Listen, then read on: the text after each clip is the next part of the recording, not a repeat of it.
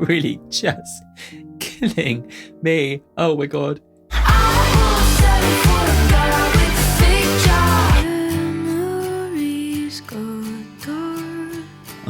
Oh God, that's so f***ing heartbreaking. Hello, welcome to this video. My name is Dan, aka Lucent, and I am a lover of making music and a lover of talking and listening to music. I'm a big music fan. And today I'm going to be reacting to Olivia Rodrigo's brand new album. This is You Seem Pretty Sad for a Girl So In Love. Let's go.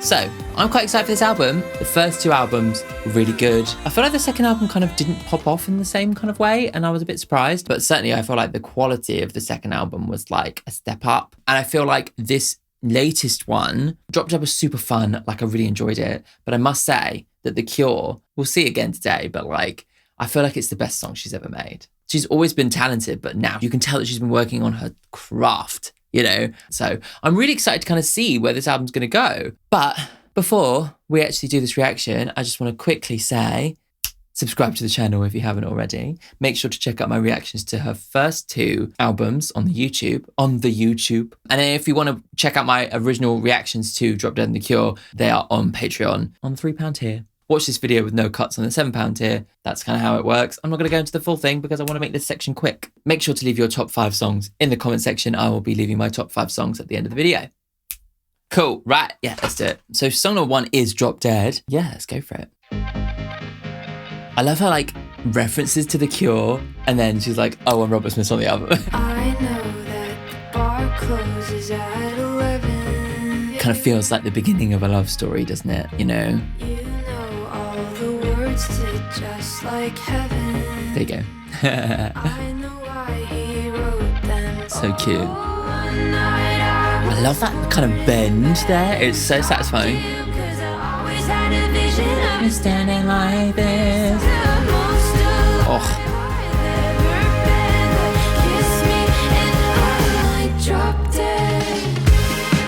This song is actually such a lovely vibe. It's so jubilant, it's so carefree, it's so young. I love it. The production on it is so like dreamy and like proper heart eyes. Love. It's so cute. Stalked you on the internet. Of course. Love that.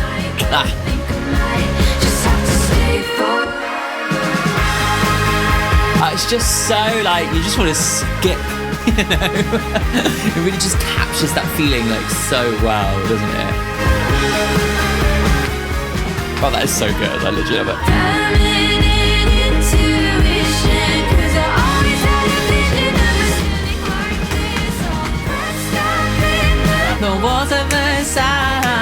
I also love that she went to the Palace of Versailles, right, to do this video.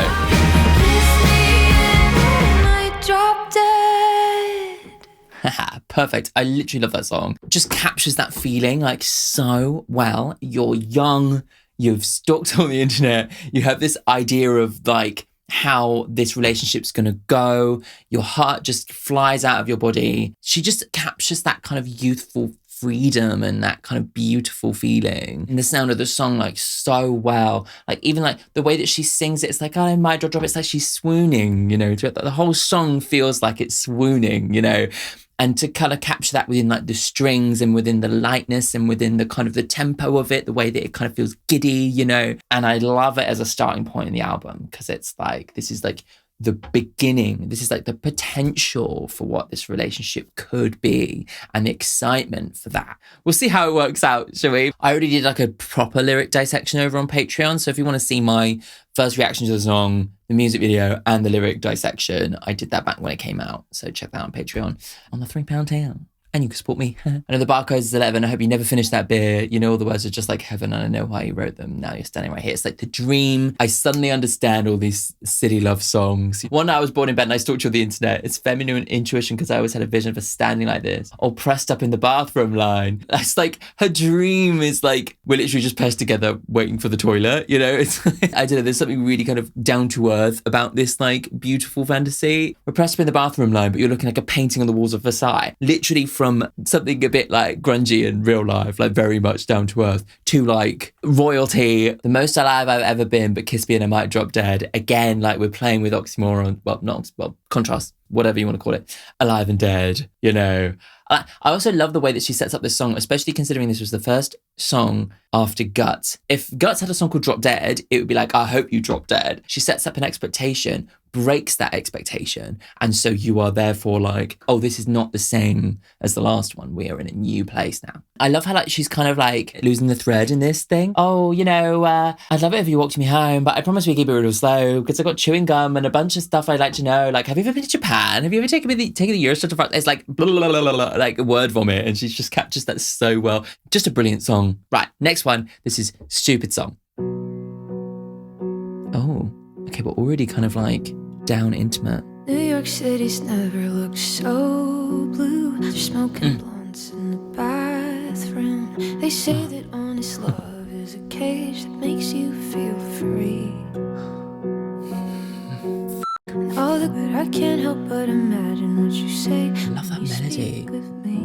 That's beautiful. I've got chills already. It's really lovely. You're a spark in the dark, and my clothes will caught a flame. You should feel how I feel when somebody says your name. I'm a car speeding down. I want you more than any stupid song could ever say. I'm a heart made of wax and on your shirt, and it's coming undone. She's barely taking a breath. Totally insane, and I want you more than any stupid song could ever say. Come on, this is so good.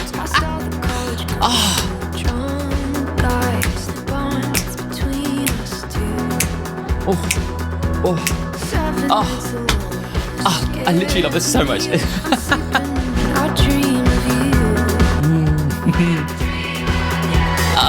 The melodies are so gorgeous, and the way it builds.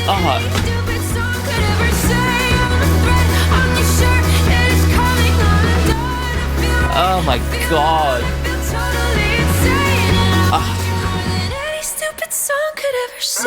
Now that is just fucking perfect as a hook.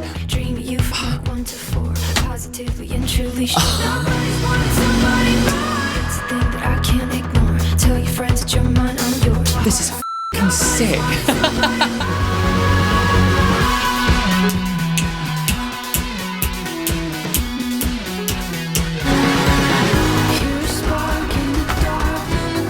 Oh god, this is just so sick.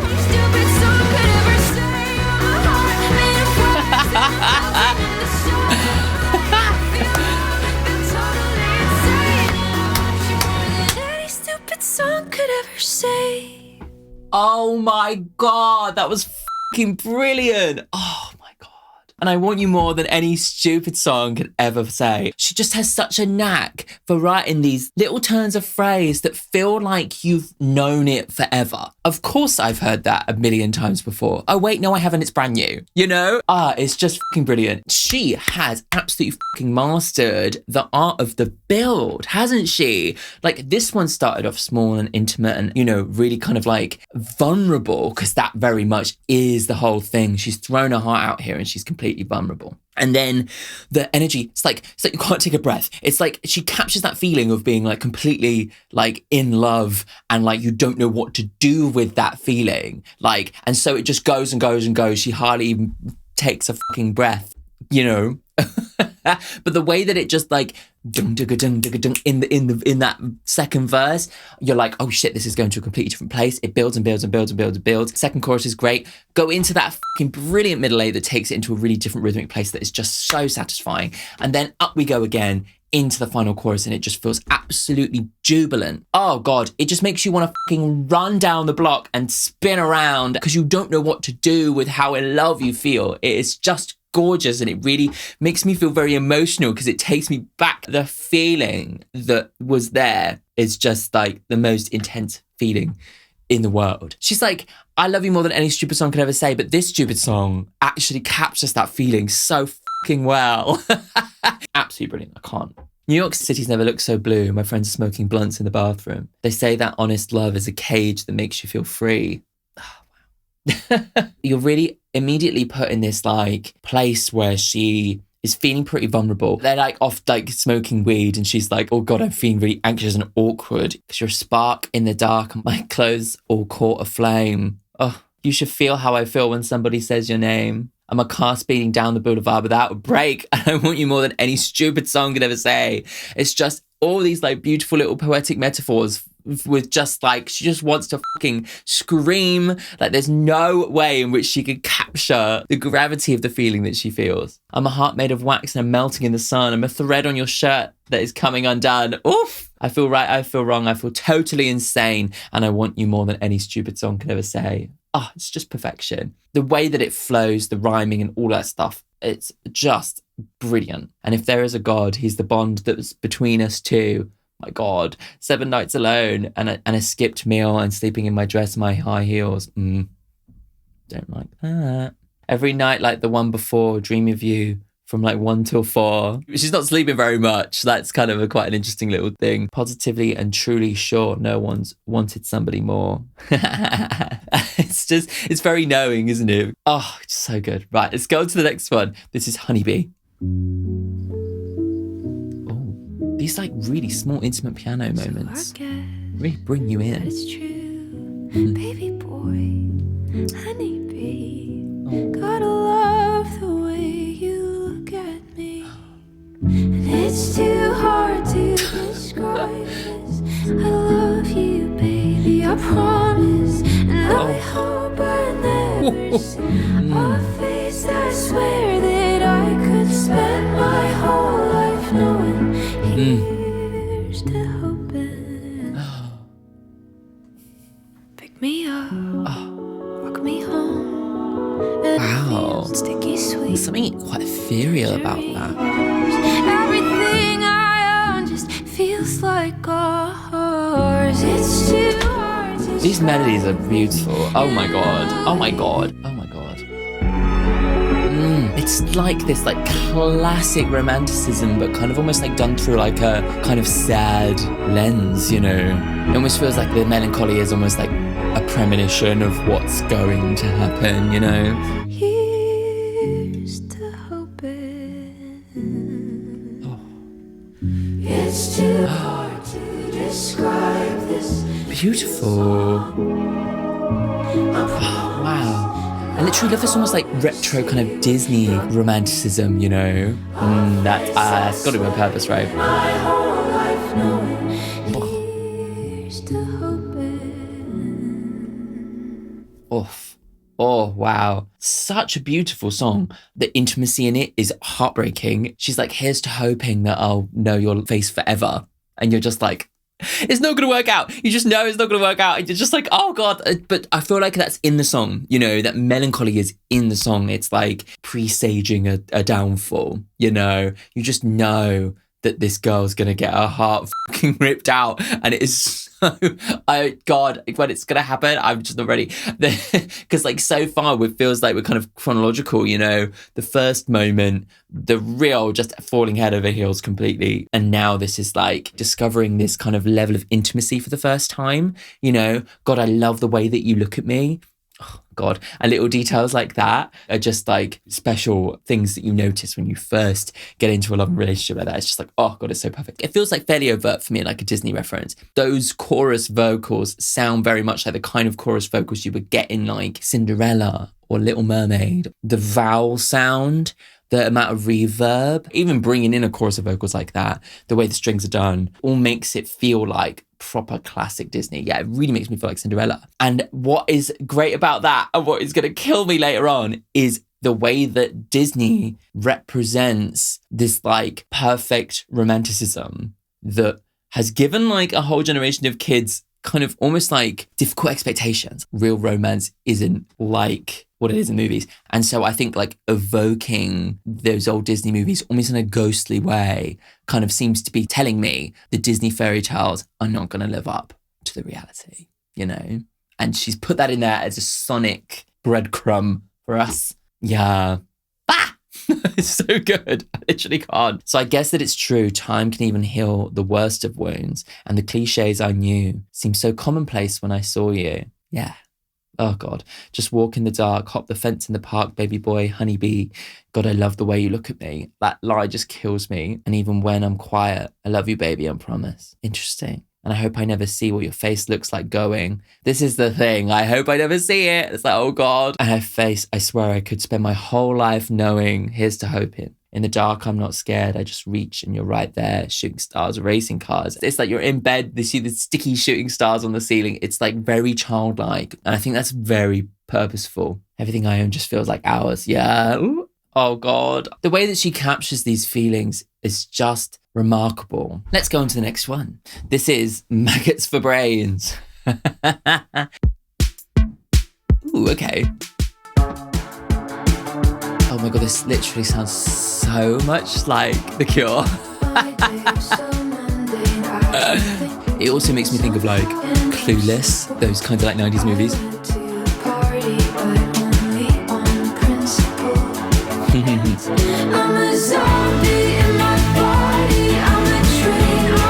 Oh, nice. Gorgeous one.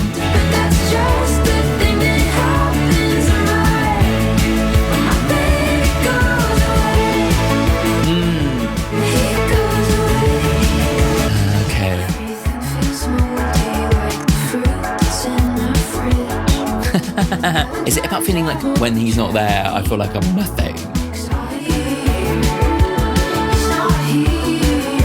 I love the production on this one. It just feels like so warm and cozy, you know. It's nice. Ooh.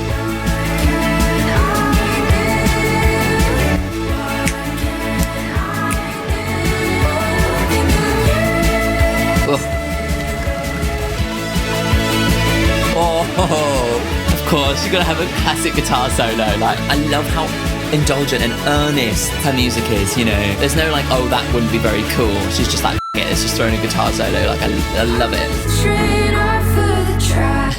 I've got maggots for brains. That's just the thing that happens when my baby goes away. Yeah. I love this kind of like stripped out outro.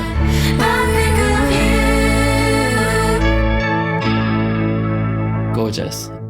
Love it. Oh, great sonic reference. Really kind of gives you that kind of nostalgic feeling there. And it just captures that feeling of like those 80s and 90s movies that kind of romanticize the kind of high school experience, you know. Yeah, I liked that a lot. And like, such a fun concept. Slightly worrying for her that like she cannot function when her baby's got away. It's like, oh no, you're in too deep.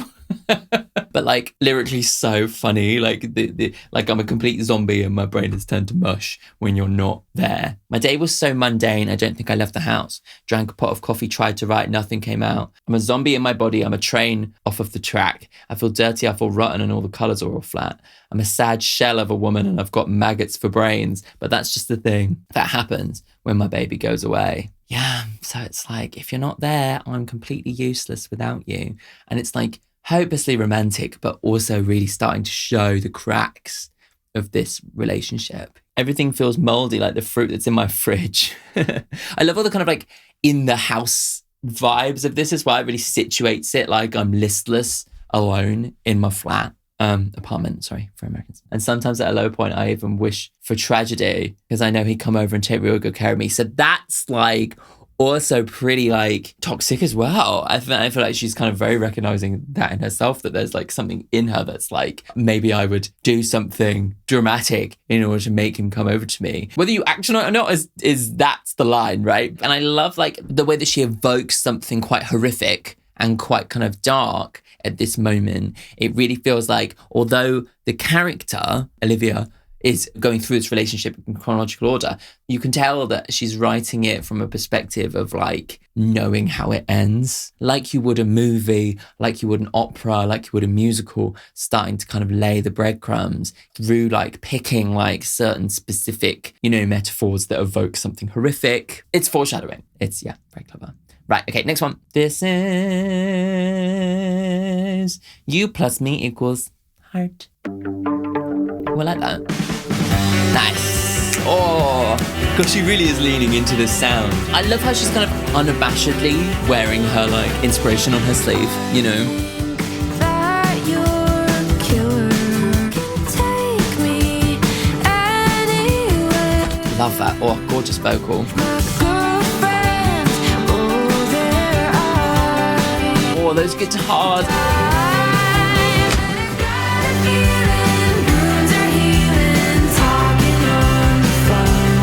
Body changes, but I hope that we don't. Oh. You plus me equals a heart forever. A heart forever. It's so nice. Your big sister. Oh, it's like getting to know the family.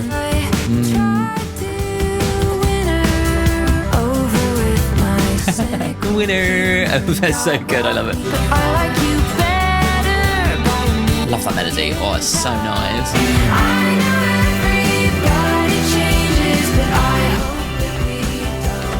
Our names into the car seat like a heart forever. Oh, I love that. Like this idea that she's proper taking that like trope of like that young love, you know, me and you and a heart, you know, it's just, oh, I love it. I often get the feeling that I'll never want somebody else. It's a cruel endeavor. These rhymes look so good. Yeah. Right.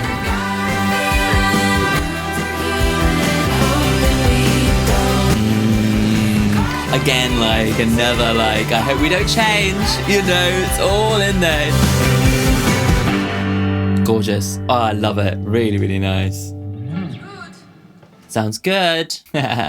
Beautiful. Again, like just this jubilant feeling of love. Obviously, we've still got little breadcrumbs there. Leaning into like this like style of music as well just kind of gives it just such a nostalgic feeling. It's very clever because actually I feel like her younger fans will not necessarily know the Sonic reference, and so it will sound like completely fresh. But like people who are listening to this who are a bit older will take a sense of nostalgia out of it. For me, it's like young and dumb and in love. Do you know what I mean? It kind of takes you back there sonically, as does the story. I think that you're killer. With your floppy hair, take me out to dinner, and all my girlfriends roll their eyes and tell me to take it slow this time.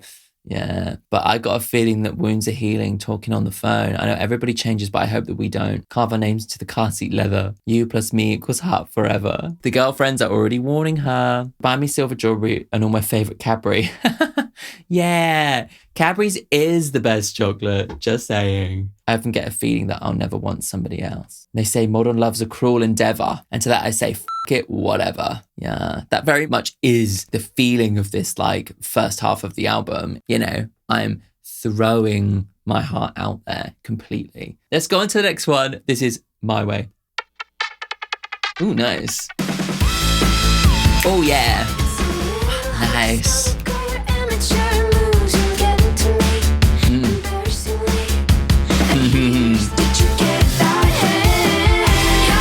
Ah, nice. This kind of feels like grungy. Yeah, okay.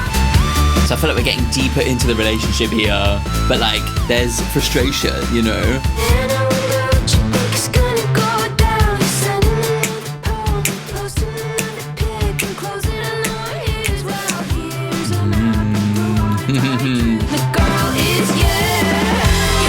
Oh, okay. Interesting. Oh, nice.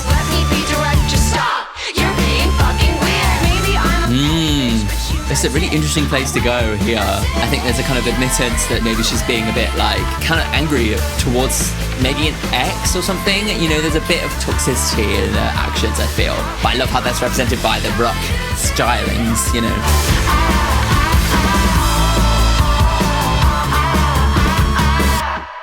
Cool. A nice song that kind of adds like an extra wrinkle to the dimension of the album. You know, I feel like we've had a lot of kind of dreamy kind of stuff. And this one's a little bit more like, I'll be your worst nightmare. You know, it kind of has much more edge to it. So it kind of, adds an extra bit of balance and kind of progresses the story. We're getting in a more kind of like aggy place now. Maybe like the seams are starting to show, you know. It's a little hard to stomach all your amateur moves. You know he's with me, like obviously, but you linger in the edge like a bad perfume. It's getting to me embarrassingly. Yeah, so it's about like getting jealous of another girl and kind of going a bit mad.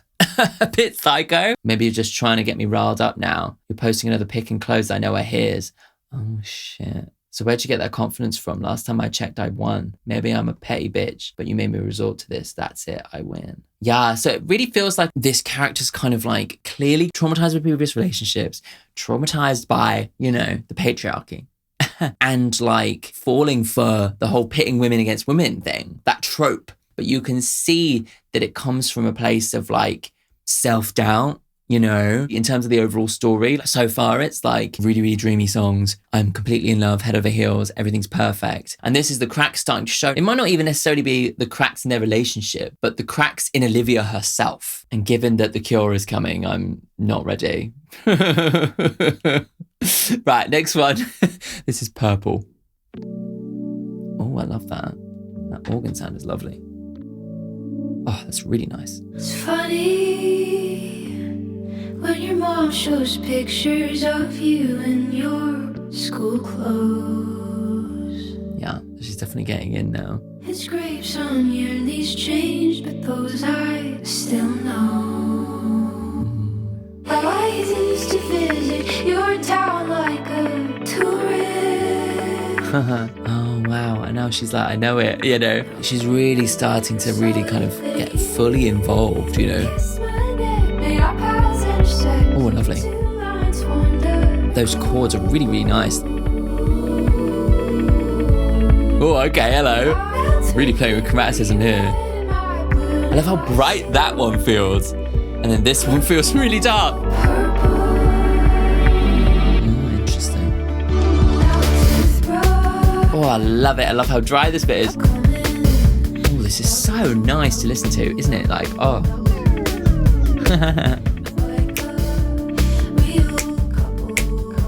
Like a real couple.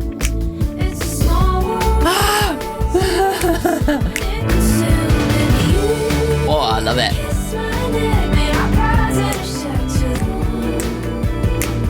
God, that chromatic moment is so jarring. It's really like cool storytelling.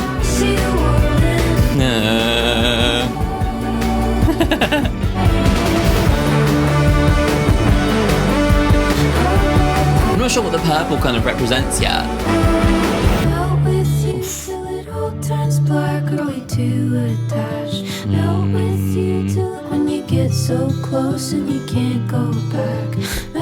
I literally love these chords, it's so interesting. Melt with you till I just feel sad.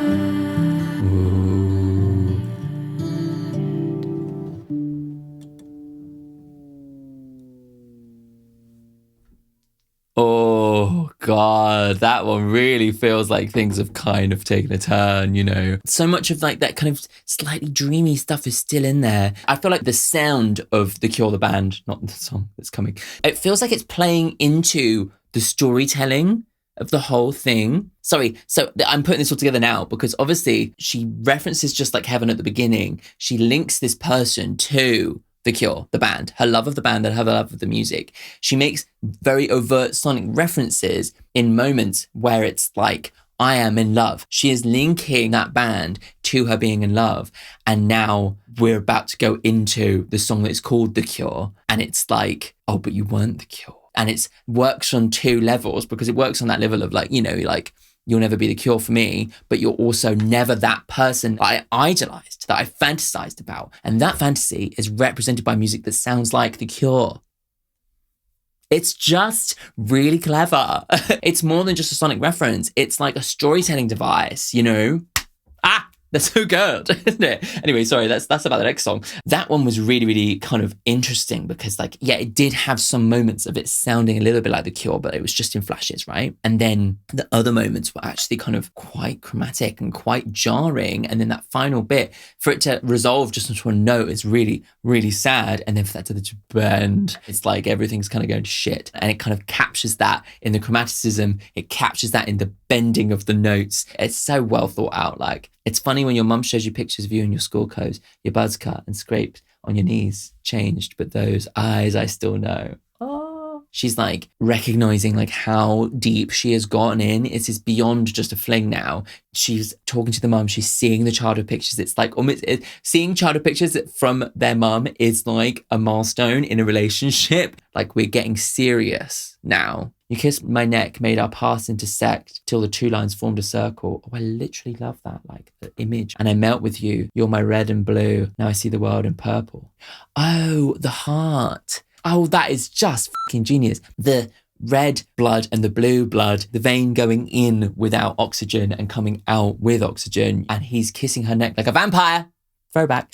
And I see the world in purple, like everything's come together. But it's very clever how all the blood imagery and the imagery of the heart and everything works into that and then into the video for the next song. In a small world, when it can only roll around us two, it's crazy. I had big dreams till I tied myself to you.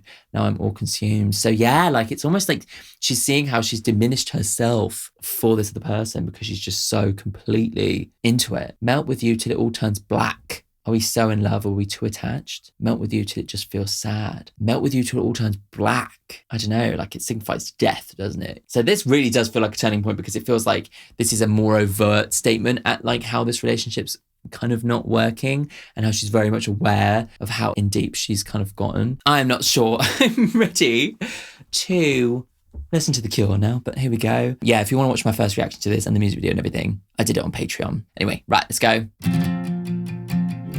Immediately takes a darker turn. The sound of The Cure, the band, is gone. Pretty girls in the foreground of my mind. I thought I'd done enough, but they keep moving the line. Thought I found the antidote this time. Thought I found the antidote with you. But my head is full of poison and it's good for me, I'm sure. Don't matter how your love feels anymore. It'll never be the cure. Oh God, I'm just covered in chills. All the hairs on my arms are all stood up. Used to play a game in my head. Just so good. Oh my God. Tally up the girls that he fucked till I start to cry. It's too much. I can't. Oh God. But I'm unravel, and my head is poison. And my heart is full of doubt. And it's good for me, I'm sure. But it don't matter how your love feels anymore. It'll never be the cure. Oh God, it's just so good. God, the way that this song just builds and builds and builds is just... Oh, it's perfection. Oh, come on.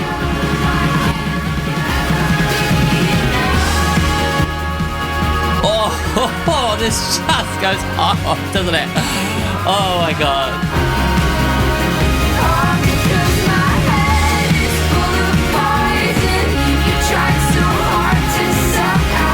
Oh, it'll never be the cure.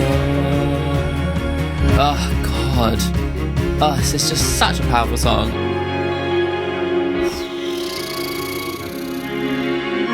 God, it really just feels like the realization has truly happened, you know?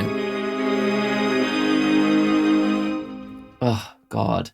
It's fucking amazing. Dynamically, just like absolutely phenomenal, just the way that it builds and everything. But like all that kind of dreamy, kiss me and I might drop dead, no stupid song could ever explain the way I feel for you. The Cure just completely brings you right back down to earth. If the first half of the album was dreamy, this is like you come crashing back down to reality with the realization that no one person is going to be able to just fix everything, you know?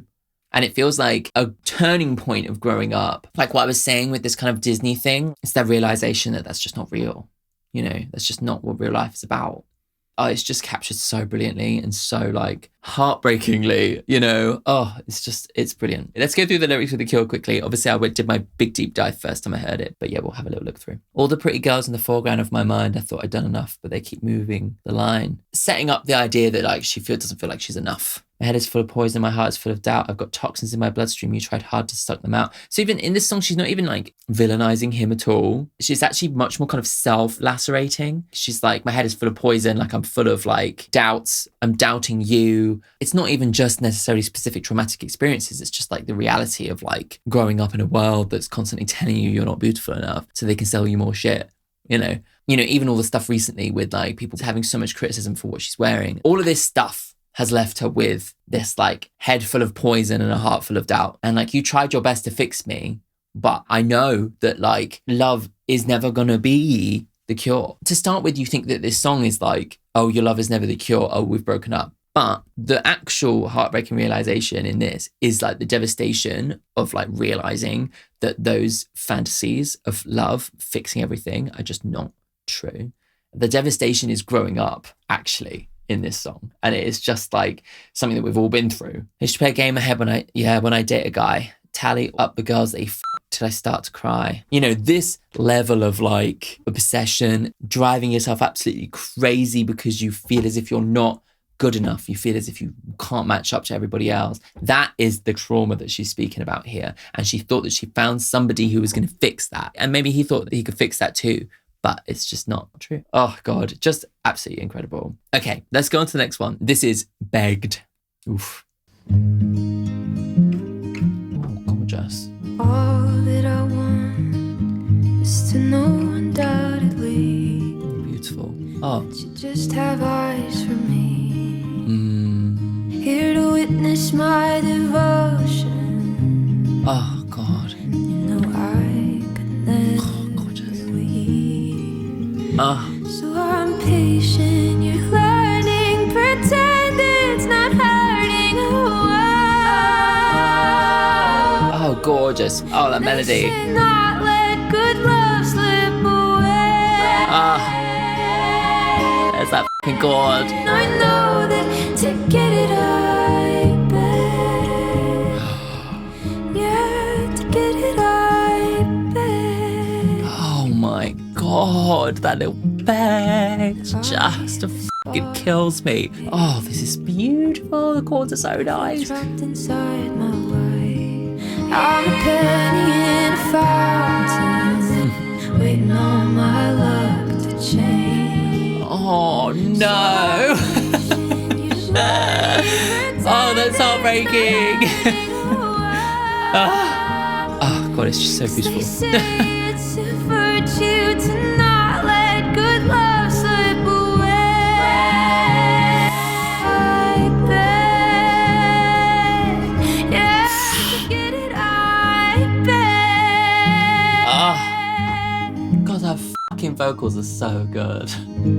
Oh my God. Oh my God. And the way that final version of it was like so totally like full voice. The first time is like intimate and in her head voice and it's like really sad, but internally sad. And then that like last bit is like externally sad. It's like, oh God, it's just heartbreaking. I loved how that song was put together. Every element, like the gorgeously warm chords on the acoustic guitar, and then like her melodies, the way that they kind of go up and build, crest into this emotion. Like you can just feel all the emotion in every melody that she puts across. It's just like so well done. I think the thing that frees Olivia as a songwriter is that she's not afraid to be earnest. And there's like so much, especially in like internet culture, of this like fear of being cringe. You know, I mean, it comes from like growing up with having cameras on you your entire life. When we were teenagers, social media wasn't prolific really. That it was only really like beginning when I was a teenager. We got digital cameras. The threat of like someone taking a picture of you being a bit awkward and posting it and making laugh about it was just not there. I just feel as if, unfortunately, like younger generations have had to like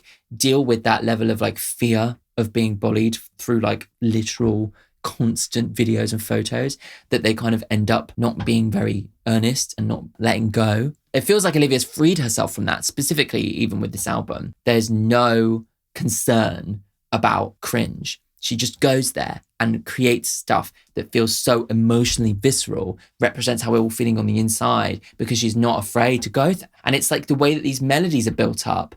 If you're a cool artist who was really concerned about how they were being perceived, you wouldn't keep pushing that melody like that. You know, it would kind of be a bit more like blah, blah, blah, all on one note. The killer of true art for me is like worrying about being cool, worrying about how people perceive you. You're not representing the truth inside, you know? And that's what Olivia has just absolutely fucking nailed on this. It's brilliant. All that I want to know is undoubtedly that you just have eyes for me. Could you make it clear? All that I want is to sit here silently and watch movies on TV. Referencing movies, referencing Disney, it's all there. What a shame you're not here to witness my devotion and my endless well of needs. I'm an anchor in the ocean. You know I could never leave. So it seems like they're still together, but like he's becoming increasingly distant. So I'm patient. You're learning. Pretend it's not hurting. They say it's a virtue not to let good love slip away. So she's like internally like really hurt by the fact that he's spending so much time not with her. But she's like, you know, he's learning too. He doesn't know how to do this relationship as much as I do. So I'll just keep it in and I'll just hang on to this relationship, because she believes that she's being virtuous, but actually she's just killing herself, you know. But nothing's quite enough when I know that to get it, I begged. I'll just take anything you give me. Oh, just a little scrap. Oh God, isn't that just like, oh God, kills me. Because there was moments where I felt exactly the same way when I was younger. Just for somebody to just give me like a morsel of them showing to me that I was worthy of something, anything was enough to go for me. I would literally be in absolute agony with my heart over somebody because they just showed me one tiny little morsel of something. And like, God, it just, yeah, takes me back there in a sad way, but also in a, I'm glad I'm not there anymore way. And I have this thought when I lay in bed at night that I feel trapped inside my life. Wow, okay, this idea of being trapped. You know, she talked about the cage of love earlier on, and it's like, I don't think love should ever really be referred to as a cage, even if it's a cage that makes you feel free. I do kind of understand where that's coming from, but like, it's not a cage. You know, you choose to be there. It should never be not by choice. I think that's kind of what she's learning, you know. Like, yes, she's still got a relationship, but to get to that point, she debased herself. She begged for it. She begged for him to stay. And now she's in this place where she knows that he doesn't want to be with her, and yet they're still kind of there, and she feels like she's just alone. Yeah, oh God, so good. The next song is What's Wrong With Me with Robert Smith. The whole like meta narrative involving The Cure comes even more meta by actually having the lead singer of The Cure on your album. All the sonic references to The Cure have gone now. And so it's like clear for me that things have changed. But now we have that person here, maybe to impart some wisdom. Cool. This is What's Wrong With Me. I like this little synthy throwback line here. It's nice. I'm just staring at the ceiling, out of body in my bed. So well put. 'Cause lately I've been spiraling up. Oh. Seems to help. Went to the doctor and she said I was fine, but every movie that I see makes me cry. Oh, beautiful. But I can't get out of bed. My head is spinning, my stomach is sick. I think you're what's wrong with me. Oh, gorgeous. Oh, gorgeous. All the hairs in my arms have stood up again. I keep looking for distractions. It's getting harder every day. What if this isn't what I want? Try meditation. Oh, I love this. Try meditation with the bottle of wine. Oh my God. I love this fact that this whole chorus is in harmony. It's actually so lovely. There's something about the way the voices sound together is so beautiful. I'm not feeling like myself. I'm not hiding it.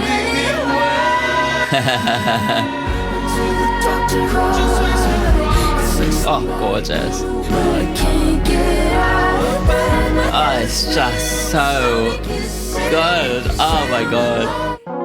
I think you're what's wrong with me. Yeah. Oh, lovely. Really lovely. Just, oh God, that line, like, but I can't get out of bed. It's just perfect to me. Like the way that builds into that. The melodies on this album are actually fabulous. And I love the way that whole chorus is in harmony. It feels like somebody coming in and like kind of consoling her. Feels like we're bridging the gap between generations, kind of admitting that like everyone goes through this, you know, like it doesn't matter how old you are. And I really love that in all the ways I was saying before, like the way that it like feeds into the kind of this meta narrative, the band representing the relationship, you know, to then have like Robert Smith coming in and almost like consoling her by singing this song with her. It just feels like a gorgeous like culmination of all the references we've kind of had so far. I'm just staring at the ceiling, can't describe this feeling I've got in my head. I'm out of body in my bed. I literally love that. Went to the doctor and she said I was fine, but every movie that I see makes me cry. At the movies, there's something about like this expectation from the movies. And now she watches those movies and cries. You know, it's very much all in there. I should talk to a friend, but I can't get out of bed. I literally love it. My head is spinning and my stomach is sick. Wait, that's a Mr. Brightside. Yeah, I was gonna say, I just clicked on that because I was like, that is a reference.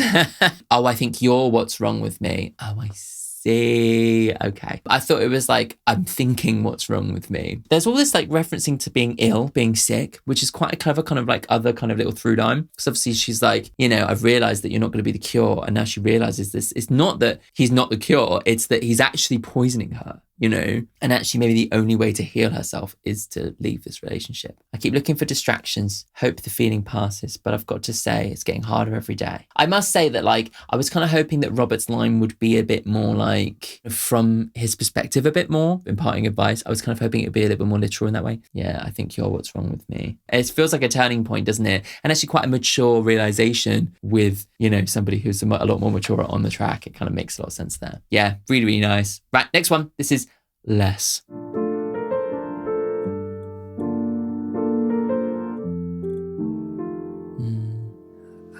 Beautiful. Feel it again. You can hear that seat squeaking. Body and head protesting my Oh, gorgeous. fix itself tomorrow. Ooh, yes. You say you can't stand to watch me cry a minute more. Oh. Do the noble thing and open up the door. Loving me means letting go and wishing me the best. Oh, God. I wish you loved me less. Oh, no. We tried to recreate. We didn't laugh much this time or thinking over this a lot. And I could try convincing you they're just intrusive thoughts. You see me truly happy, so you know right now I'm not. Oh, just... The curve at LAX. Well then I guess I wish you loved me less. Oh, God, this is so heartbreaking. Oh, my God. If loving me means saying, babe, I think this is the end.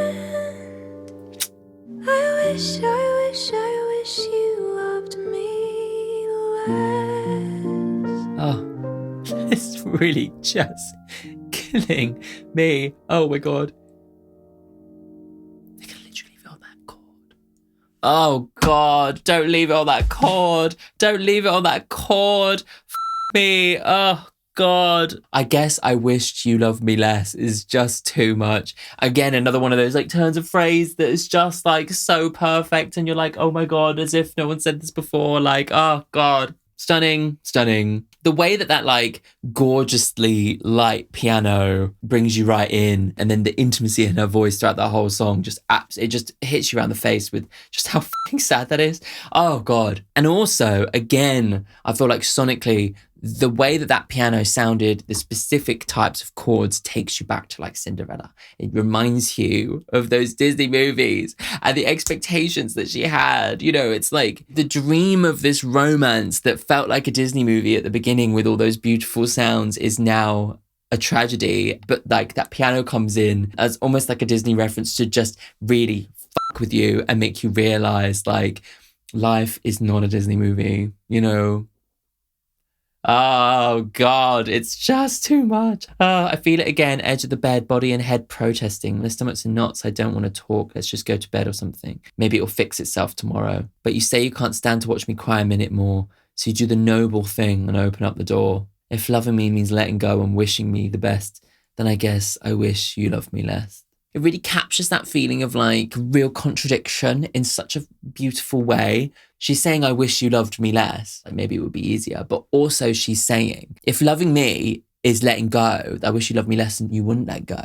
You know, actually, you think about that, it's really genius because in those two lines, she captures that contradiction of like feeling like it's over and not wanting to let go. You know? Isn't that actually really genius? I don't think I've ever really kind of seen a trip to Big Sur only confirmed this isn't what it should feel like. You should feel sad when you're in Yosemite National Park. I cried because of how beautiful it was when I went. I was like, this is stunning. And I could try convincing you they're just intrusive thoughts, but you've seen me truly happy, so you know right now that they're not. If loving means crying on the curb at LAX, I guess I wish you loved me less. There's just something so like pathetic, isn't there, about like how she puts it across, like lying on the fucking curb at the airport crying. Oh, again, another movie reference, this idea of being at like the airport. The rom-com trope is that that's the moment that you realize you're in love, is because you're leaving and they come and find you at the airport. And she's inverted that trope. She's so clever with these references, referencing them to kind of take you there romantically, but then inverting them to break your heart. You know, if loving me means saying, babe, I think this is the end. God. I guess I wish you loved me less. Oh my God, it's just killing me. It is so well written and so heartbreaking. She knows that it should be over. She knows that maybe on the other side of this, she can feel happy again. And yet she still isn't wishing for it to actually be over. You know, isn't that so real? My God. Right, the next song's called Expectations, which makes so much sense given everything we've been talking about, like movies and Disney and all that kind of stuff. That's so good. Anyway, right, let's do this. Ooh, okay. Pick it up again. Come on. Ooh, nice. I met him at a party. I think he was on drugs. Convinced myself he was. I thought that he was perfect. Yeah. And now his number's blocked. Now I'm secure. Love it. Oh, very cool. So good. Oh,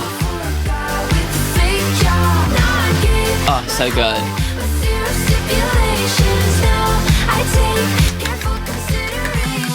Oh, so good.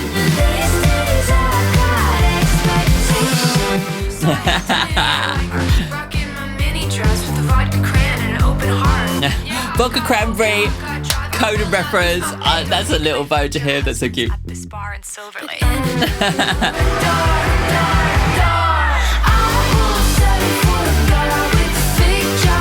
I love like the energy here. She's picked herself up, like I'm moving on, but also not just settling for the first person that comes my way. I've learned something. Yes.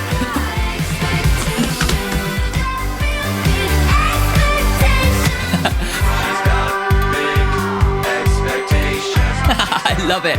Material girl and the material world, and I have big expectations.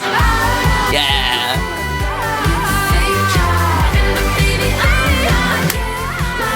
This is sick. I love it.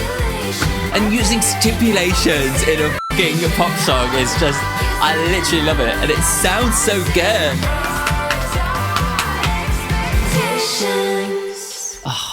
My God, it's fabulous. Literally rhyming stipulations and consideration and expectation. I just obsessed like with the poetry in that, like the wordplay. Like who puts the word stipulations into the middle of a pop song chorus? I'm obsessed. I love how like she's kind of picked herself up quite quickly. Obviously, we've had a very tumultuous time with this whole album, really, because even like the bits that are really dreamy and in love, there still is this like undercurrent, like the foreshadowing and stuff. She kind of goes to really the most absolutely desperately sad place. And rather than kind of wallowing, she's just picking herself back up. She's like seeing love from all these different angles.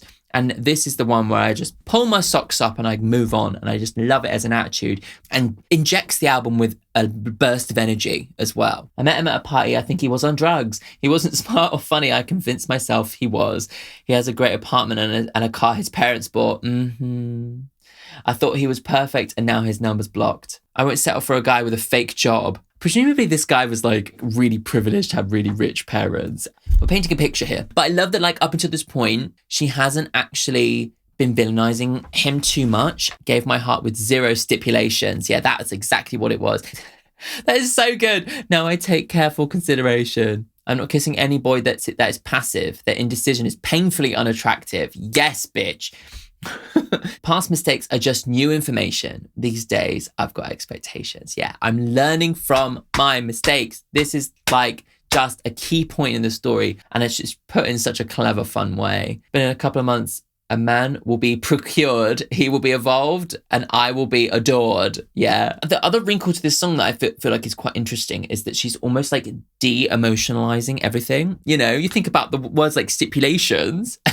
Procuring a man, it almost becomes like a business transaction as much as it does feel like a pick yourself up and move yourself on song. There's so much kind of woundedness that adds such an extra like level to the storytelling, because it just builds so much kind of three-dimensional character, you know, just like through the style of words that she's choosing. It shows that she's thinking about things beyond just like the poetry. She's really leveled up in terms of her songwriting, and it's really satisfying to see. Before we go into the final song, this is a quick shout out to my patrons. Yes, thank you everybody who supported me over on Patreon. It's been an absolute hive of activity over the last couple of months, and it's been absolutely lovely to see so many of you coming in, supporting me and enjoying the community and enjoying all the videos I've been putting up. I've been getting so much kind of like more interaction with the videos I've been putting up on there, which has been so lovely to see. So thank you everybody who's been getting involved. If you haven't heard, I recently went full-time as a content creator.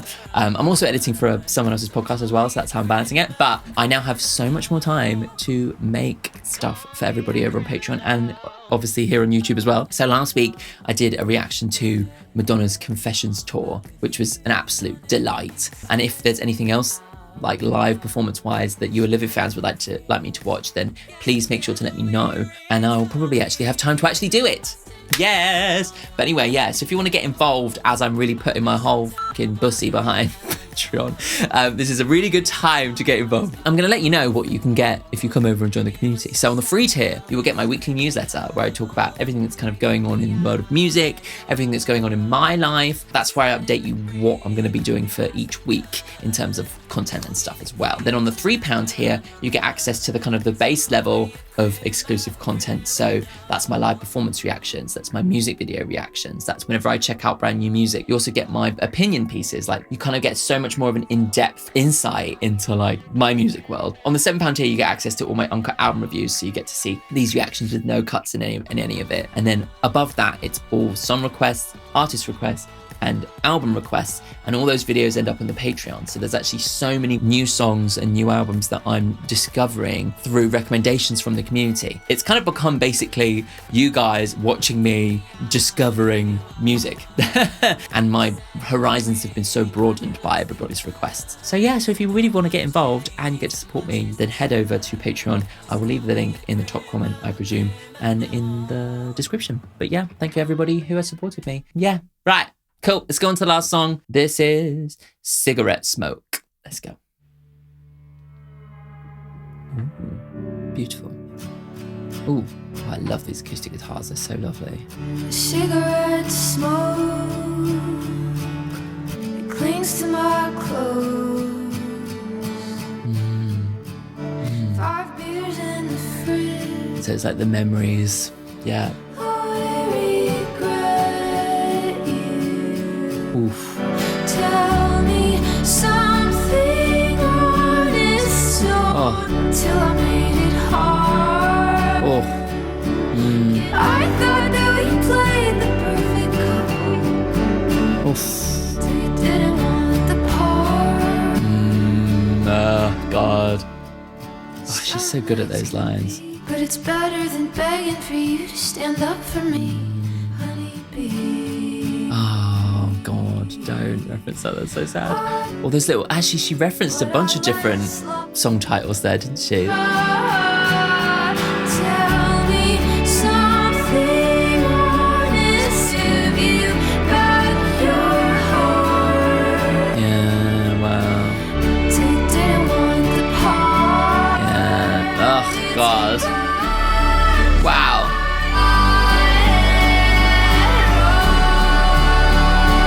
the way that this is like slowly built up to this point is just like overwhelming. Oh my God.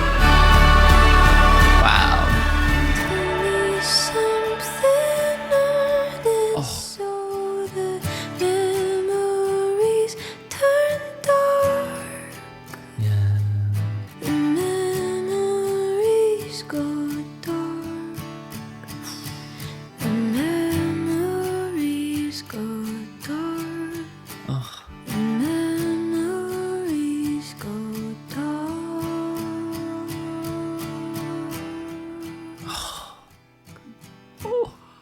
Oh, wow.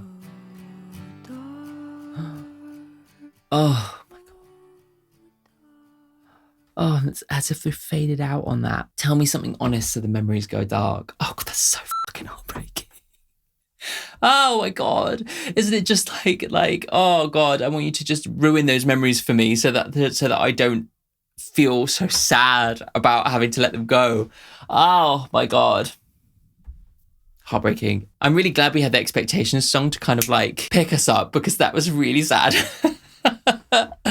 Oh God. That really just puts like a final point on it, doesn't it? Like the tragedy of this album. At the end of the day, this album is a tragedy. And I feel like for the final song, it feels quite right to have like a moment where you just kind of let it all out and just admit that it was a fucking tragedy, you know? The cigarette smoke is a smell I know. It clings to my clothes and seeps into my bones. It's like I can still see the remnants of you being there. I feel like they didn't actually properly break up until like, you know, right towards the end, you know?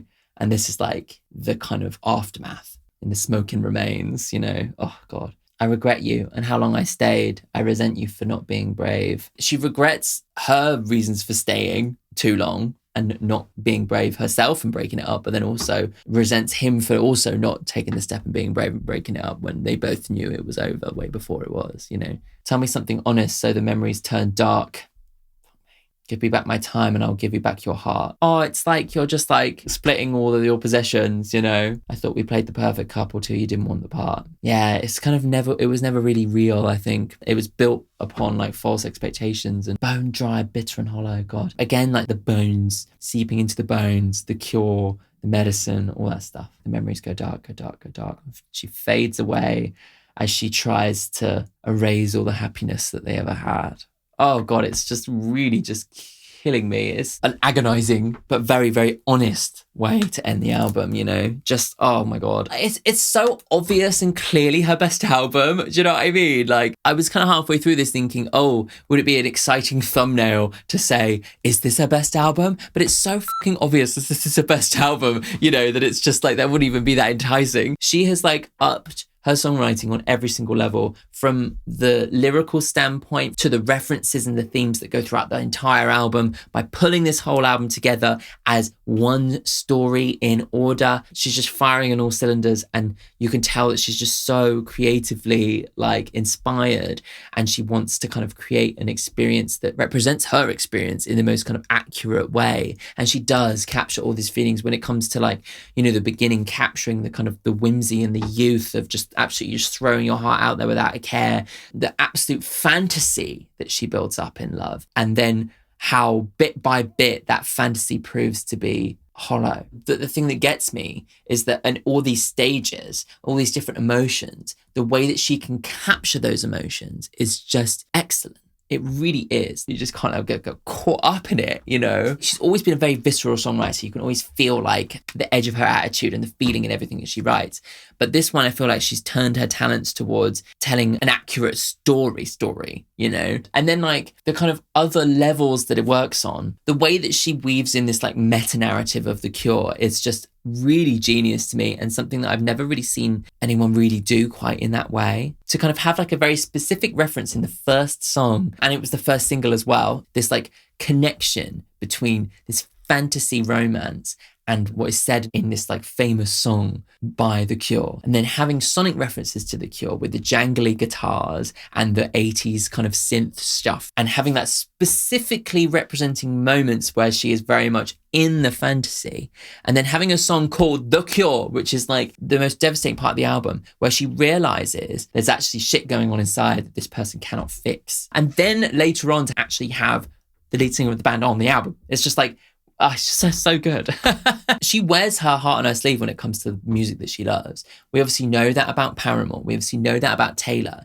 But all of those references felt very contained. Whereas here, it's like, yes, this song sounds like Just Like Heaven, but how does this reference infer the storytelling and sell the storytelling on a next level? And I always have time for people that think about stuff on that level, because that, for me, is what art is. I understand that like commercial music is commercial music and it's here to make money, whatever. But like someone who takes the time to hone their craft and to try and create music that works on multiple levels and has a much deeper three-dimensional sense of storytelling shows to me that she cares about the craft, shows to me that it's beyond commerciality. Yeah, it gives me hope for the future of music, and it just makes my heart soar. And I cannot wait to see the places that she explores in the future. Before we end the video, I need to give you my top 5. So I have an idea of which ones I think are my top 5. I mean, The Cure has to be up there. Stupid Song has to be up there. Less has to be there. And then I'm going to say Honeybee and Drop Dead. So my top 5 are Drop Dead, Stupid Song, Honeybee, The Cure, and Less. And I think my favourite song out of all of those, I literally last week was saying The Cure is the best song that Livvy has ever written. So maybe it's The Cure, but if it's not The Cure, then I think it's probably Stupid Song. I just love the feeling that she captured in that song. Absolutely just swept me off my feet. I loved it. Let me know what your top 5s are in the comments. I would love to hear. If you want to check out my other Olivia reactions, and the playlist is here. And if you want to check out my first reactions to The Cure and Drop Dead, the link to my Patreon is here. Thanks, guys.